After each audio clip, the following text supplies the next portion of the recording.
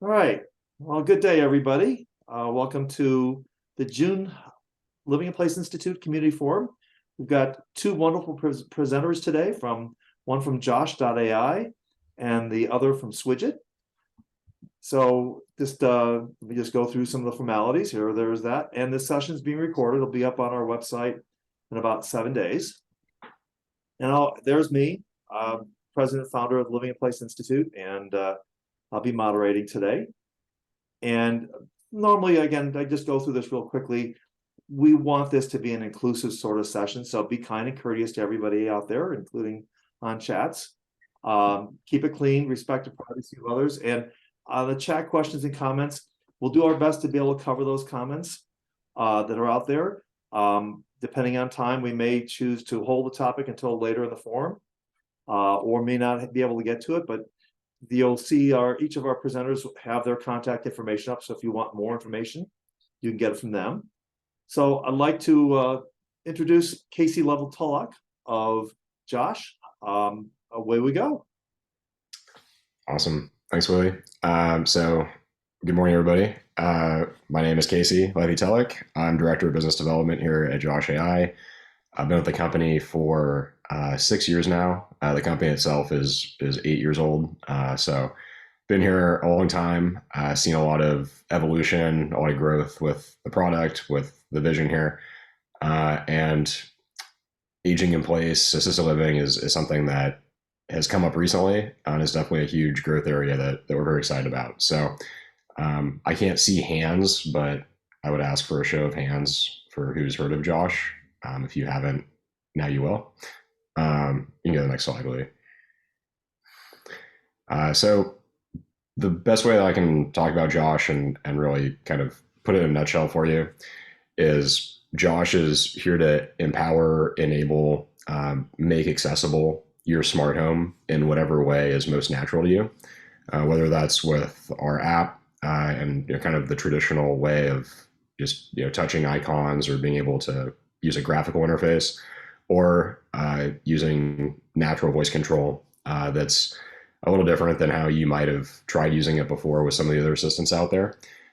Josh is contextual. It understands that its role is in your living spaces. So part of that accessibility I mentioned is you don't need to know what to say or how to say it. You can use whatever type of verbiage or diction or syntax that you want to talk to Josh, and it understands what you mean. For example, I can say something like, I'm cold, and draw the shades. It knows to lower the thermostat and close the shades in that room because we're contextually location aware. And that's one very simple and kind of short example. But the point is, anybody should be able to use Josh. And I think that's one of the big impediments with a lot of the technology out there today is you usually have to know either with voice control what to say and memorize the exact trigger phrase in order to do it, or there's a complicated or convoluted path to be able to push buttons and understand how to use the technology, where it gets very frustrating for a lot of end users, especially those that might be aging, don't necessarily want to learn how to use technology. So a lot of our best clients are actually our elderly clients because they've been talking their whole lives. They know how to talk, and Josh can help them along the way doing what they do best. Next up. So real quick, I just want to introduce our product mix. We have the Josh app on the left-hand side on iPad and iOS. We have the Josh remote there in the middle, which is a recent development from us. It's adaptive based on what TV source you're watching. So again, for those of you who would want to have a real interface to be able to touch and feel and interact with, we offer that. And it's a very elegantly, intuitively designed UI. But then on the voice side and on the hardware side, up front, we have our white microphone, Josh Micro. It's not only a far field microphone, it's also a processor. So that one little device can run your entire Josh system. You don't need any additional gear or components or anything like that. It also not only has a microphone in it as a speaker for audible feedback, It has a touch capacitive dial. So again, we're not just voice. You can program a tap, a single tap, or a double tap to run custom scenes, like a good morning scene or a relax scene, depending on what room that microphone is located in. And you can also, the dial on the top of it adapts based on the latest command that you gave. So if I, for example, told Josh to dim the lights, maybe I dimmed the lights too much. Maybe it was, went from 80% to 40%. That was a little too much of a darkening in my room. So I can go to the dial of the micro and rotate or go along the dial clockwise or clockwise to increase the brightness of the lights because it remembers the last command that I just gave in that case. So again, very, very natural. Again, everything is as intuitive as possible. And then the black microphone in the back here, that's Josh Nano. We call it our architectural microphone. It's a little bit more of a professional solution and more of a new construction or big renovation type of product where I think Louis is wiring for a few of these as well because he's building a new home. But that's a PoE only product. It goes in your wall or in your ceiling, and it's only a microphone. But for us, being voice control and catering to the professional channel, you see all the mass market assistants out there and AIs. They're making their microphones quite big, like the size of a small trash can or like a big speaker. And those are focal points in a room. For us, we feel like voice is no UI, and you should be able just to walk in, and our product shouldn't necessarily distract from the architecture or the design of the space that you're in, and just walk into a room, start talking. Josh should be there. We don't need to be a huge presence or focal point to be able to do that. And then Josh Nano, it speaks over the integrated speakers in your home.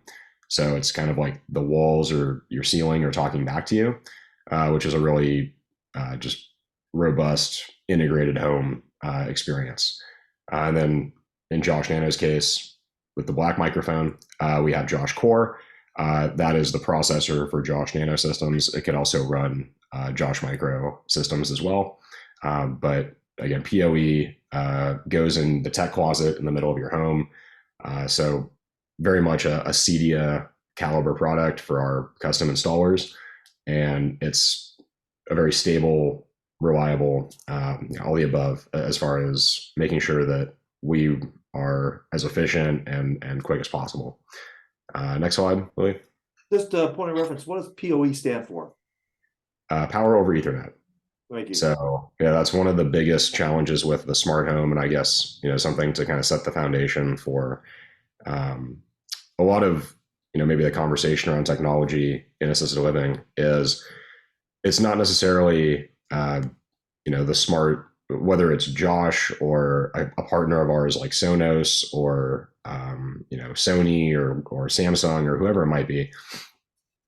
It's not necessarily that device's fault or challenge if things are slow, if they're falling on or offline.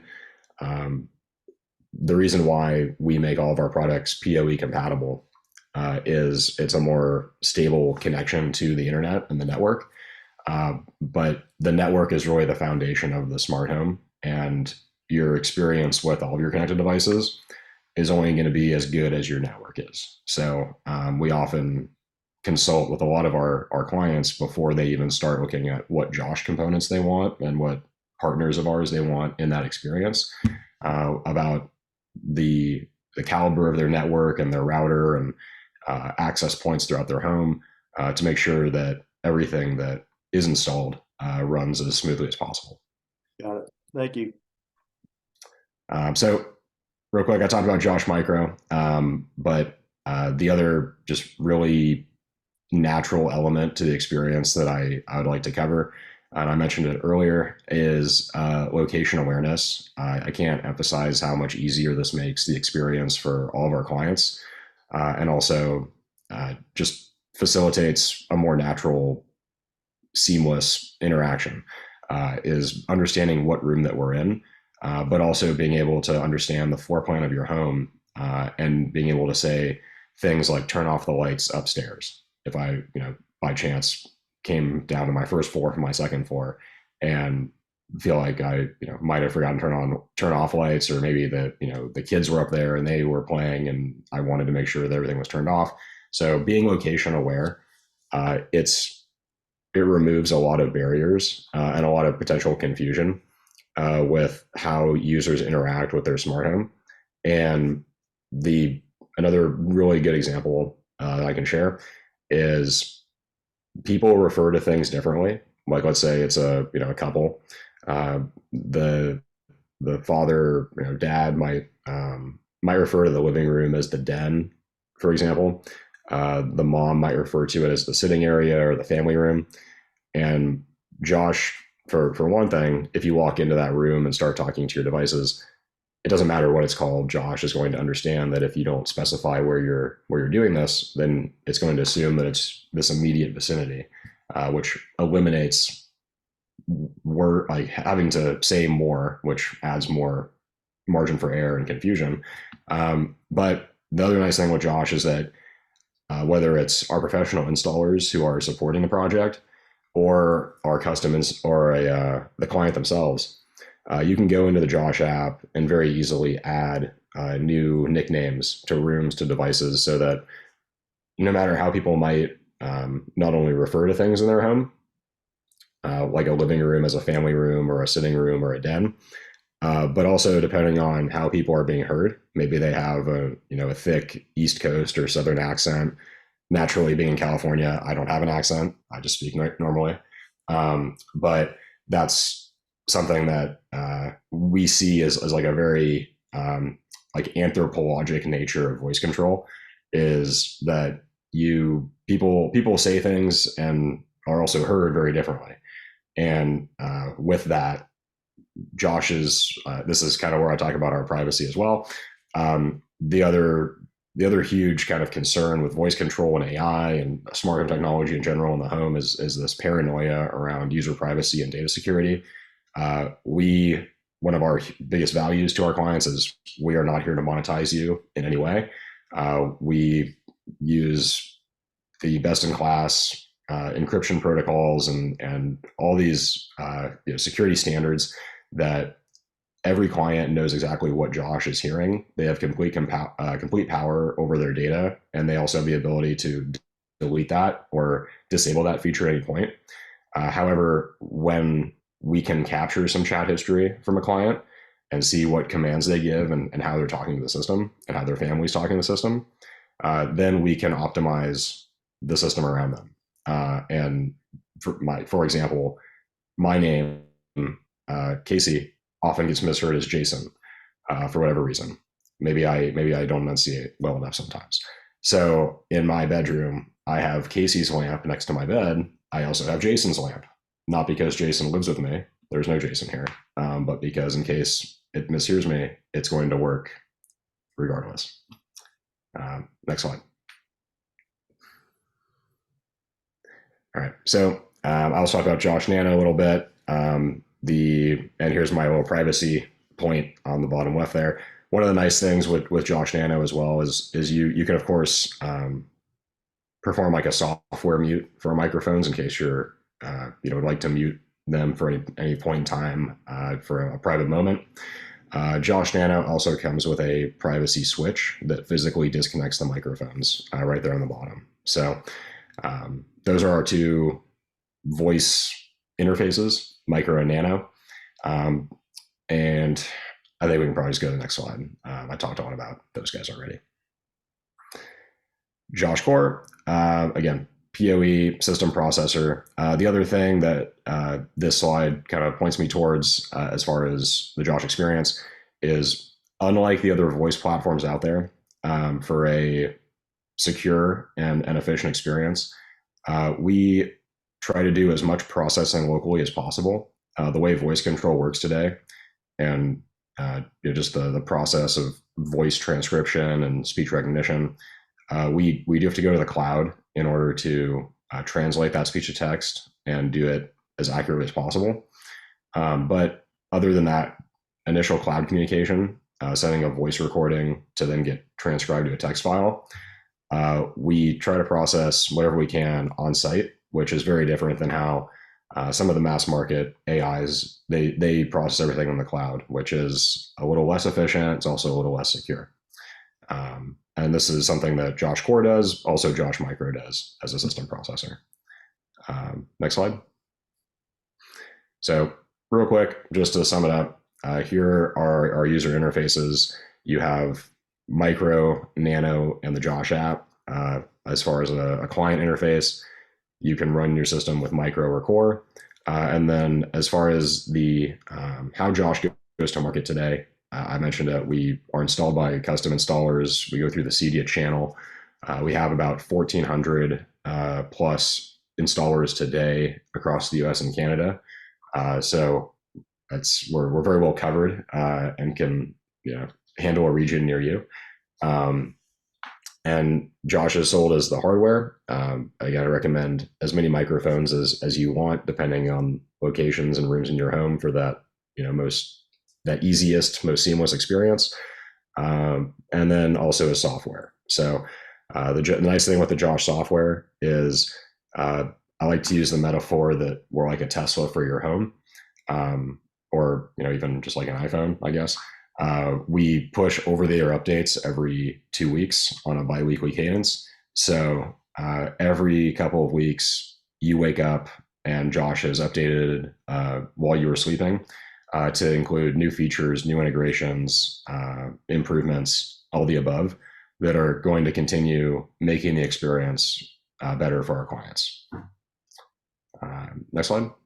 So speaking of new features and new developments, I wanted to talk about this because I think it's very exciting for all of our clients, especially in the assisted living or elderly living, aging in place side of things, because what I just talked about for the last, 10, 15-ish minutes is Josh is geared towards your smart home. We're the assistant and AI for your living spaces.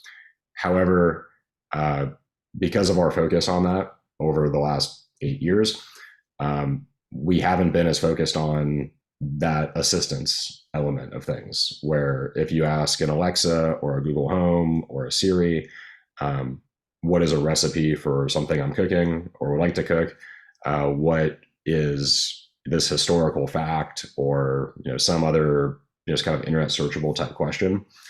We haven't been able to give you a good answer to that because that's not what Josh's natural language understanding, not what our focus was. However, with the onset and really rapid development of generative AI over the last few months, it's been a very exciting time here because we are now going to be the first hands-free or voice offering to access generative AI ourselves with our Josh GPT feature. So as I was thinking about it in preparation for this presentation, a really cool use case for this for an elderly client or somebody who might be aging in place and has some health and wellness needs, they can easily ask Josh what about anything that's health oriented. For example, I have a headache. What's a cure for a headache? Or what's what is this medication? Or how often should I take this medication? And now we're able to find those answers and those data points for them. We can also, of course, automate and create schedules and reminders and announcements for these types of users as well to remind them to take medication or do certain, get up and go for a walk, do all kinds of things that will be beneficial for their health. But I think with the GPT feature, that's just one very small example of a way that this could benefit somebody probably catering to this group. Next slide. So a question for you. Yeah. A lot of us use Google Calendar.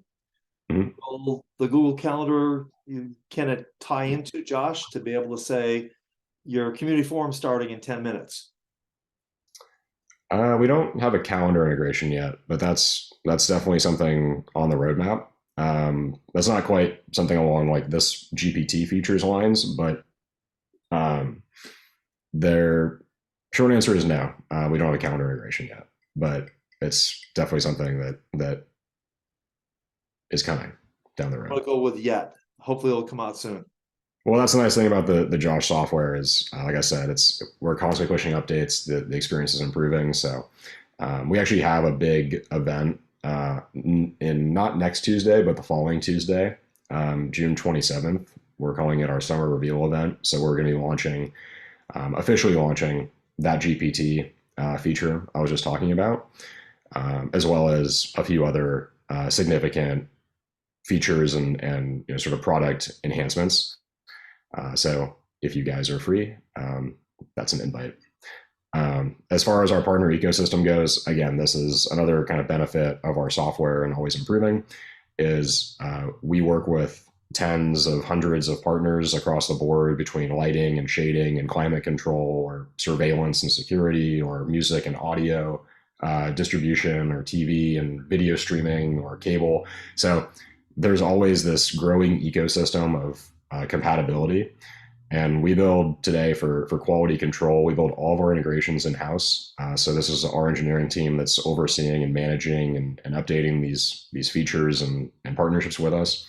And again, there's a lot of names on this board. It's growing every day. And that's, again, part of the software. The beauty of what we do is that every couple of weeks, a new software update means potentially new device integrations and features for the devices that we already work with as well. Next up. And as far as our applications across the home, across commercial environments, Josh, while the focus and the mission when the company started was on the smart home and single family residential, there's nothing stopping us. And we're seeing it today as far as going into other applications, whether it's commercial environments, hospitality, MDUs, and of course, single family residential. But the goal is with the app and traditional control, you can also text and type command or text and give voice commands through the app as well, if you want to. So it's not just kind of the traditional way that you have been going about it, controlling and interacting with your home and your devices. But the app with voice control, with AI that's automating things and proactively doing things for you based on schedules or weather or time or whatever type of conditionals. Josh is here to basically facilitate that experience. And whether it's, again, I thought I sent you a slide. I'm sorry, Louis. I thought I sent you a slide with a graphic for assisted living here. I just copied all your slides in. Yeah, I made one. That's too bad. It's okay. Is it a separate slide? Yeah, it's okay. Yeah, there was like an old lady on it who clearly didn't make it to this, but it's fine. I think everybody gets the point. We can, if there's a roof over your head with devices and people in it, Josh can work with it. Next slide. So as far as just like the voice control goes, again, in kind of my like Casey and Jason example, again, no Jason lives here, just me. The ability for Josh to interpret and also assume what people want to have happen is very unique. And that's part of our kind of secret sauce, where I want to just call attention really to the left-hand side of this slide, where even if I say raise the shades or my intent is to raise some shades in my room, there's a lot of ways that can be misspoken or misinterpreted, and we understand and assume that based on the context of being in your home, having shades in this room, that the intelligence is there to still execute that for you. So there's NLP, natural language processing, Aaron. So that is NLP is in addition to privacy, that is the big differentiator that Josh offers, and from a usability perspective, something that, again, like if I'm the end user, I don't if I say raise the shades, or I think I say raise the shades, and then Josh or whatever AI I'm talking to tells me, I'm sorry, I don't know what you're talking about, then that's, to me, is going to seem like this isn't working, right? Like this is broken. This technology is stupid, and therefore I don't want to use it anymore, and I get frustrated. So for Josh, that's what we offer, is the ability to understand that this type of technology and AI and voice and everything that we do, it's imperfect. There is margin for error in this process. So we've built and continually refine how we interpret and assume and have all these abilities within our natural language processing to accept these sorts of variations, even if you're not exactly, again, even if you don't say it exactly right, if the speech to text process is something goes wrong there, where the end result is that the customer feels like Josh is doing his job. And as long as they feel that way, we're in a good place. Next slide. There was a question as regards to what NLP stands for. Oh, yeah, I thought I answered it. Natural language processing. Okay. Yeah. So to kind of summarize things, why Josh? I think I covered all these bullets, but the privacy and security concerns, and also some customization challenges with the mass market products. These are things that we're solving here and are very transparent about to our clients.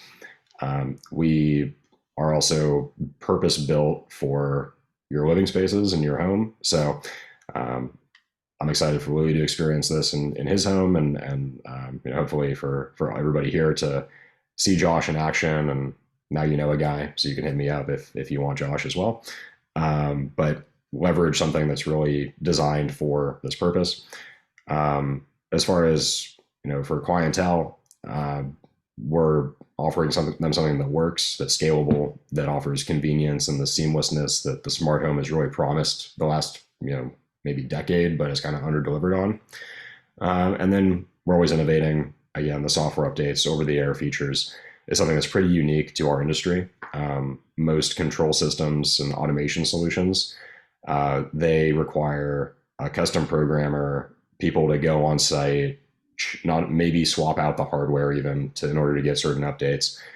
Josh is built for the future. So those are, again, if I can leave you with a few notes and hopefully some inspiration, that's where Josh is sitting today. Next slide. I think that is it. So that's all for me. So if you want me to, I can play this video later. Oh yeah. I think this was like just in the appendix I sent you. So we can, if we have time, you can play it. This is just like I can also share this URL in the chat. So anybody can just like put it on another tab as well.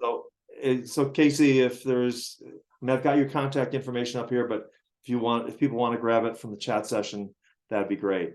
So any other questions for Casey? Neat stuff though. I'm looking forward to what it's all about. And for those of you who have the opportunity to come out here to Denver this fall, both Josh and Swidget are going to have booths at the CD Expo show. I believe it's the 7th, 8th, and 9th of September. Great time of year to be in Denver. All right. Great time to be in Denver right now with the Nuggets winning.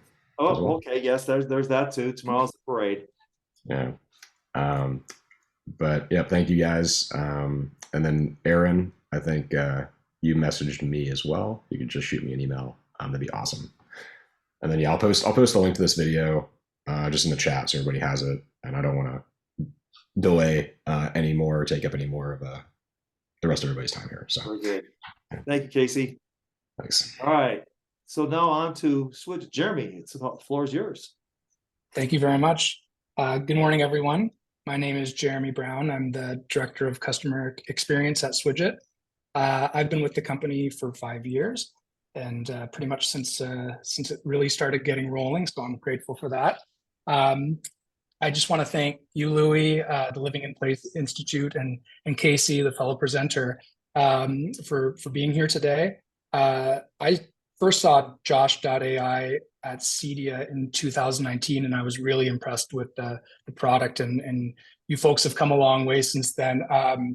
Swidget and Josh.AI share a lot of the same thoughts on data privacy, and trying to really expand the interoperability of the smart home. And where although I'm not an expert, where Josh.AI seems to really excel is in controlling the home, through voice assistants and things of that nature.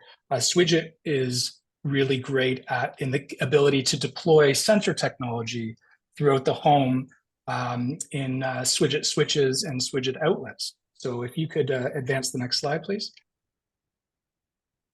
So Swidget is essentially made up of two components. We've got wiring devices, such as 15 amp and 20 amp outlets, and switches and dimmers, a multitude of switches and dimmers. And when those are installed in the home, just like any normal traditional wiring device, no surprises to your electrician.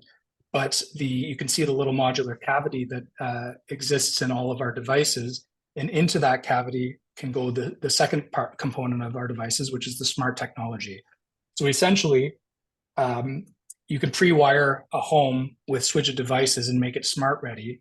And then the electricians would do that, and then an integrator can come in and deploy any type of smart technology that they want. It makes it very future-proof and accessible in the sense that you don't need to get down and rewire the devices if you want to change the types of technology. And you can see there that some of the sensor capabilities that we have, it's a little bit hard to read, but we've got things like indoor air quality, temperature, humidity, and an assortment of other things. Please advance. So just a quick overview. We are a future-proof smart device that evolves with technology. And what that means is, for instance, what we see there are our Wi-Fi devices. So we've also got a whole set of Z-Wave devices. We're working on Zigbee, and we've got a 5G project on the go as well. So as communication protocols and technology changes, so can Swidget. And if it isn't clear now, it's just simply you just simply swap out the insert for a new one when that new technology comes along. So we have the ability to provide controllability using multiple platforms. So what that means is that Swidget integrates with many different types of control systems. Your sort of consumer-facing voice assistants, as well as control systems like Control4, Elan, Home Assistant, Eslo, and we're working on others. Next slide, please.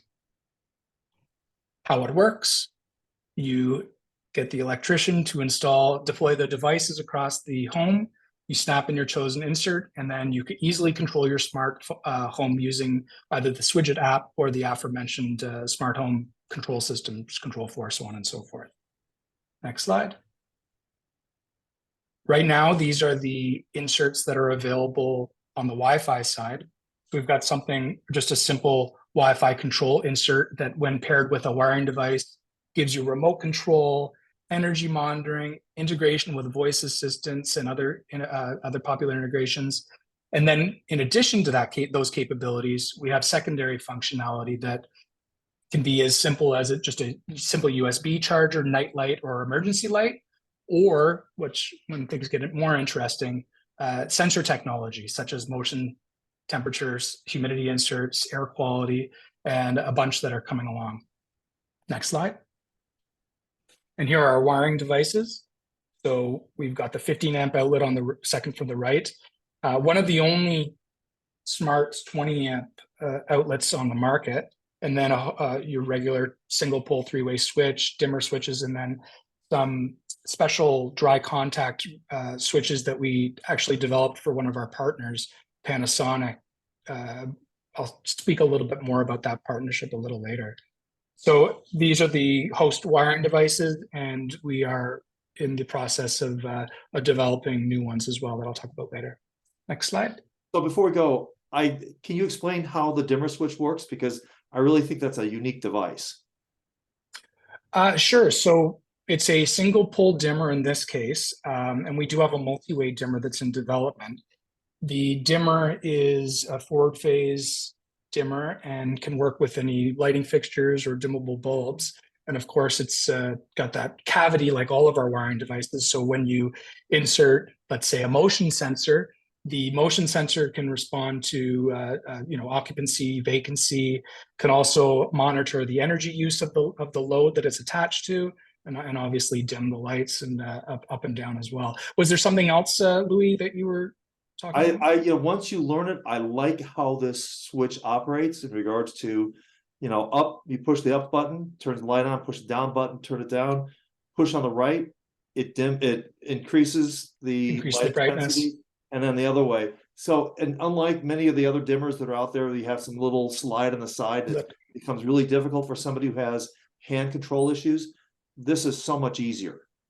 Thank you for pointing that out. That's an important part of all of our devices. As you can see, they all have pretty large paddles on them that you to operate the switches. So just a quick automations overview for those of you that don't know. And our smart home products, like many others, operate on an if this then that formula. So what happens is, for an automation to happen, is that some trigger needs to be sensed or figured out, and then that trigger is used to control other devices. So with Swidget, we have probably some of the most types of triggers available for a smart home system than any other system. And so some of those triggers include timing triggers related to sunset, sunrise, or regular time, occupancy, vacancy, temperature, air quality, humidity, energy use, and device state. So, and then there's a whole bunch that are related to those as well, like average energy use or something like that, average humidity or whatever. And when those certain conditions are seen, sensed, or programmed, that can then enact some sort of action. And that includes actions that Swidget devices are capable of doing. And as you can imagine, turning lights on or fans, or turning on appliances connected to Swidget outlets. But in a greater control system, those actions, those triggers can be used to control many different types of devices. So, speaking of Josh.AI, say we have an integration with them, our motion or humidity capabilities deployed around the home could either be used with the Josh system to just convey information of those different environments in the home, or it could be used to trigger other routines or other events that are connected to the system. As well, it can control other devices on the system, say our motion sensor to control your Lutron lights, for example. Just the interoperability capabilities are pretty amazing. Next slide. So one other question. I know what occupancy means, but can you let us know what vacancy means? Sure. As far as the industry seems to be concerned, occupancy refers to when someone goes into a room and motion is sensed, it'll automatically turn on the lights. And then when that person leaves the room and vacancy or it becomes unoccupied, then the lights go off after some time. Vacancy, on the other hand, requires you to turn the lights on manually. And then once the room becomes unoccupied, it'll turn the lights off automatically. So in the case of a bedroom, you don't want motion to turn on your lights in the middle of the night because you roll over on your side or something. So you would use a vacancy rule in a bedroom where you would manually turn on the lights, and then once vacancy is sensed, then the lights would automatically go off. Great. Is that in line with how you define it? Yeah. It's great if you have kids that forget to turn the lights off after they leave a room. Exactly. And that vacancy rule, we use that for our fan switches as well. So a lot of times people will leave a fan on all day. This would automatically turn it off in 5 or 10 minutes. So we sometimes refer to our triggers as actionable insights, because not only do they provide insights to the environment, your home's environment, but they're actually actionable as well. So you can do something with that information. Air quality declines, turn on your energy recovery ventilator to vent the home, to bring fresh air into the home. Energy use on a sump pump, it's been consuming energy for 10 minutes. Something's wrong. Send a notification, or inform someone that they got to go check out what's going on. Next slide, please. In the case, this is interesting to integrators. So whereas many systems to get the type of functionality that Swidget can provide, you need to deploy a smart switch over here, a temperature and humidity sensor here, a motion sensor over here. Our products come as one device. Well, they're two devices, but when they're paired together, it comes into the system as one device. So in the case of an air quality sensor, it has all of that list of trigger capabilities. So it's got time, it's got temperature, it's got humidity, air quality, equivalent CO2, biogenic VOCs, pressure, energy use, and device state. So this is really useful for integrators because they don't have to provision half a dozen different devices to get these capabilities in the smart home system. Oops, sorry. Next slide. No problem. Just trying to reinforce that all of our devices at the most basic level can do these, respond to scheduling, sunrise sunset triggers, energy use, and device states. But in the case of some of the other sensor devices, we've got Motion, it looks like, but motion, temperature, humidity, air quality, and connection status. Next slide. So far I've talked about the individual device insert combinations and what they can do, but when deployed into the whole home, they can provide a variety of more interesting smart applications. And these center around smart air quality, smart energy management, safety and security, and oh, by the way, we also do lighting control. Next slide.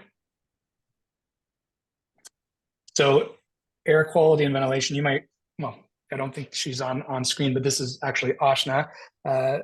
We were out in Whistler doing a project for Sarah Richardson, and we were able to do a few photos with all the devices. So this was a partnership, a project that we did with our partner Panasonic, where Swidget provided the smart controls and Panasonic provided the energy recovery ventilators and bathroom fans for the home. And so in terms of air quality and ventilation, and a large reason why we're partnered with Panasonic, our products can provide the controls for a greater whole home air quality and ventilation solution. So our switches that we developed for Panasonic control the bathroom fans and the ERVs. Our temperature humidity sensors will say, hey, there's a lot of humidity in this room.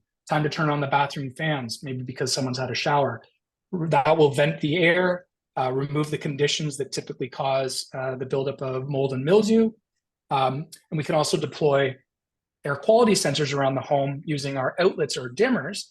And in those rooms, determine if the air quality has declined. And if that's the case, we can send a message to the ERV, the energy recovery ventilator, to begin boosting its function, to engage the boost function and vent air to the home and get that air circulating. And eventually it will remove that poor air. The air quality will go back to normal, and it will shut off the energy recovery ventilator automatically.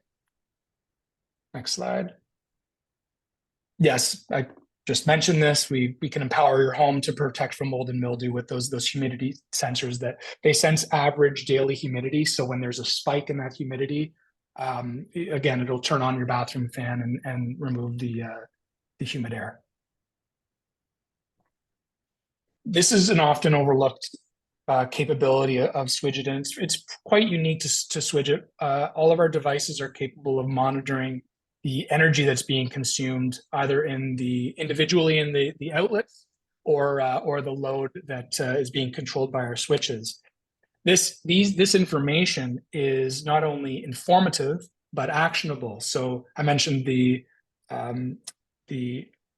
sump pump case, where if it's on for too long or hasn't come on, even when it's raining outside, you can receive a notification based on that behavior. But other uses of this are obvious ways to try to remove vampire power and save money and conserve energy. But also in the case of, say, a refrigerator or a freezer, when plugged into a Swidget outlet, those things, the motor will come on once every half an hour or so, go on to a max level, and then go off again. We can create a special rule that says if that energy is being consumed at that level for more than 20 or 25 minutes, send me a notification. That's typically indicative that someone has left the freezer door open and you need to go investigate because the motor is continuously operating. My father, who is getting a little older, left his freezer open and spoiled many hundreds of dollars worth of frozen food. Now I've installed one of our Swidget smart outlets on it and have a notification. And if I get the notification, I call my stepmom and say, "Hey, you might want to go close the freezer door." And it's actually, I've got one before, so it was open, so it's a really handy use case. Next slide. So yeah, one of the Green Thumb initiative in North America talks about energy data and how if customers understand their energy usage, they will make adjustments to lower that energy use, and that's a really important thing at Swidget. So we make those energy insights and controls available using the Swidget app or through our integrations, and people can adjust their use to reduce and conserve energy, whether that be recommended modes of operation that Swidget provides, or schedules or automations that users or integrators can set up on their behalf. Same thing. Our rule system, the way that we make rules in Swidget, it can be very simple in terms of like just enabling schedules or simple modes of operation, but they can also be customized to be as complex as required. And in a greater integration system like Control4 or Elan is really shows what it's capable of. So imagine the energy use or the temperature in a living room starts rising up, and you've got some automatic shades in the room. We can use that temperature sensor to automatically, when it's integrated, to close those smart shades. Just as an example. One of the new products that we're coming out very soon is a 1080p video camera. And so this obviously has some pretty significant applications in safety and security. We're using cameras, deploying cameras at the front door or at the back door, and outside of, maybe while you're in working hours, you can have it when motion is triggered by the camera, it can turn on and start sending you a clip of what's going on. So it's a really low key security camera capability. In the terms of other integrations, it will be RTSP and ONVIF capable, so it'll be integratable into all sorts of control systems. Other use cases that this will be great for will be maybe a nursery cam or a pet cam at the outlet level. And the really great thing about Swidget technology is that our smart home tech can really evolve with the use case of the room. And this applies to all sorts of things, whether you're talking about a child, a baby being born, and you want a video camera in that, but as they become a toddler, maybe you switch that video camera to the front hall and replace it with a nightlight in their room. Nightlight turns into a USB charger when they're a teenager. And then, as the room evolves or as the environment evolves, Swidget can evolve with you. So that's a really nice capability of our products. Next slide. Keep an eye on your important places and important faces. So just a little marketing from our side. So lastly, and obviously, we have switches and outlets that can control lamps. So yes, we don't want to forget that Swidget has a lot of lighting control capabilities. And so obviously we can handle dimmable lights with the dimmers, fans, ceiling fans, fixtures, all sorts of those types of devices. And using our integrations, all of those devices can respond to a simple button click or a voice command to turn them all off and on. They can respond to schedules, set your porch lights to come on 15 minutes before sunset, turn off at midnight. Tons of capability in our lighting control, and also in the ability to save you energy costs and conserve energy. Just really quickly, we're running out of time here. I'll just rip through a couple of some of the new products that are coming along. If you want to just go to the next slide. We're really trying to expand our capabilities in home. So when it comes to air quality, you may have heard of particulate matter, which is, especially with the wildfires that have been going on lately, it's in our area. where I am. This sensor will be able to monitor particulate matter 1, PM1, 2.5, and 10. What that refers to is just different sizes of the particulate matter. And this is a huge element of air quality. So this will go to enhance our air quality capabilities. The next one as well, if you could, is a CO2 sensor. Same kind of thing. CO2 is important when it comes to respiration. So seeing higher levels of respiration, which isn't necessarily all that dangerous for you health-wise, but it can impact your sleep, and which we all know is important to your health. So when we sleep, when we breathe, maybe if you're in a closed room, Louis, we were talking about this just before we started, those CO2 levels rise overnight. And if you don't have something telling you that that's going on, and maybe telling your bathroom fan or exhaust vent in the room to come on, it can really improve your sleep if you're monitoring that CO2 and adjusting for it, mitigating it. Next slide. Really exciting one that's coming out is our leak detection insert. So it's pretty straightforward. This type of thing would be best suited for, say, behind your washing machine, dishwasher, or maybe underneath the sink where your garbage disposal garburator is. You plug this in. The tether there would be just snaked out where you would want to know when there's water. We have another type of tether that's different than this one, that when you snake it out, if water is sensed along any point of the wire, it'll indicate that there is a leak. That will then turn on an audible alarm, and so that you can hear it, but also relay that information back to the Swidget smart system that can be used to notify someone by phone or flash your lights or do whatever you need to do. Really quickly, we're getting into higher amperage wiring devices, so things like an electric vehicle charger, your stove, or even your hot water tank. These will be the same kind of concept, modular smart home technology that can be used with any of our smart inserts to make it, obviously bring it into the system. Next slide. And that's everything. Thank you very much, Louis, Living in Place Institute. Very happy to have been here and presented to these participants. Great. I see that Ashna has already answered Chris Kikuchi, a really good friend of ours from Japan, his question as to knowing a little bit more about it. Okay, let's see. There's Chris. Okay, let me get that one as we're done, because it's related to a separate product. Anybody have any other questions for Jeremy and or Casey? One of the things I really like about the Swidget device is that instead of having to rewire your entire home, you can have an electrician come in and change those modules, the outlet, the switch, whatever, to be able to make it so that now you've given it some more capability. It's not like having to rewire your home. So it's a neat technology. I actually have two of the devices in my home right now. One is a motion sensor for our pantry, which works great because I walk in, I don't have to worry about trying to find out where the switch is, and there it is. I'm ready to rock and roll, and it turns off after a minute after I've left the room. So that works great.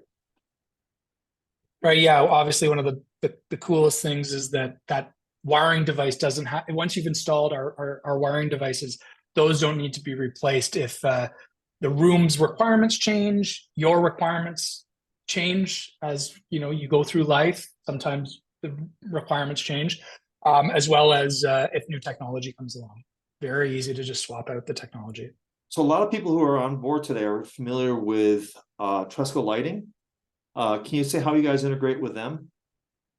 Sure. Much in the same way that Panasonic is using our products to bring smart controls to their ventilation appliances, Tresco is doing the same for their lighting. So using our dimmers to control their dimmable fixtures and lighting products through motion sensing and other smart controls. I believe they're deploying smart light switches with USB chargers in the kitchen so that they're controlling under cabinet lighting through scheduling, as well as responding to voice assistants. And you're able to charge your phone when you want to. Additionally, they are plugging some of their lighting products that require power supplies. They're using with our 20 amp outlets. Many of you know 20 amp outlets are required, I believe, everywhere in the kitchen area and in the States. And they're plugging the power supply of their DC products into that, and then controlling them remotely with the remote controllable capabilities of our outlets. And last question, are you coming out with a three-way sort of device? So our single pole three-way switch is already a three-way compatible device. That's unique in the sense that when you're replacing a three-way system, lighting system, you only need one of our products to make the circuit smart. You can use two if you want, but it only requires one. That goes for a four-way setup as well. And we're also coming out with our multi-way dimmer that uses Bluetooth to communicate between devices. So you can either retrofit a three-way regular switch system with our multi-way dimmers, or in new builds, deploy our multi-way dimmers to control the same load from different locations. Cool. All right. I got a few slides myself, just like to keep people updated as to what's going on with the Idea Home. This last month, we've got the foundation already popped in, perimeter drain, passive radon mitigations in, poured the basement slab on void, which was a real challenge in its own right. I-beams dropped, and we now have what I call a fancy dance floor on our first floor. Let's see if I can play this real quick. So this is as of last week. So you can see, like I say, it's a big dance floor, a little dangerous, but nonetheless, this is what's going on. And then what also is going on is they're started to backfill yesterday. So things are moving ahead now, finally. Oops, I want to go forward. There we go. And then next month, the big stuff is framing, HVAC, plumbing, and I did put in here windows. So we're moving along a little slow. We've had a lot of rain out here lately, but we're playing catch up. So, and then next month, we've got two really wonderful presentations. One from Delta Brizo along with Steam Mist, and LG HVAC and water heating. August, the Signature Kitchen Suite, and then the LG appliances, along with Hunter Douglas, which I know both Swidget and Josh interface nicely with them. And then in September, we've got SunTouch leak defense. Many of you may know who SunTouch is in regards to heated radiant floor, but leak defense is a division of Watts, same as SunTouch, that will allow for the house to be monitored with leak detectors, and perhaps even with the stuff that Jeremy mentioned, to be able to turn off a valve to the whole house. If you're not home and you're getting a leak underneath a sink, you want to turn that water off as fast as possible. So that's what that one does. It also does predictive analysis as to what else is going on. LK Sinks, there's some really wonderful products that they have. And then we've got ones coming up in the future with Control 4, Panasonic ventilation, which Jeremy mentioned, RAC Group, solar panels, Delos, and many others. So stay tuned for those. And again, I'm going to stop the recording here, but we'll stay aboard for a little while. Let's get here.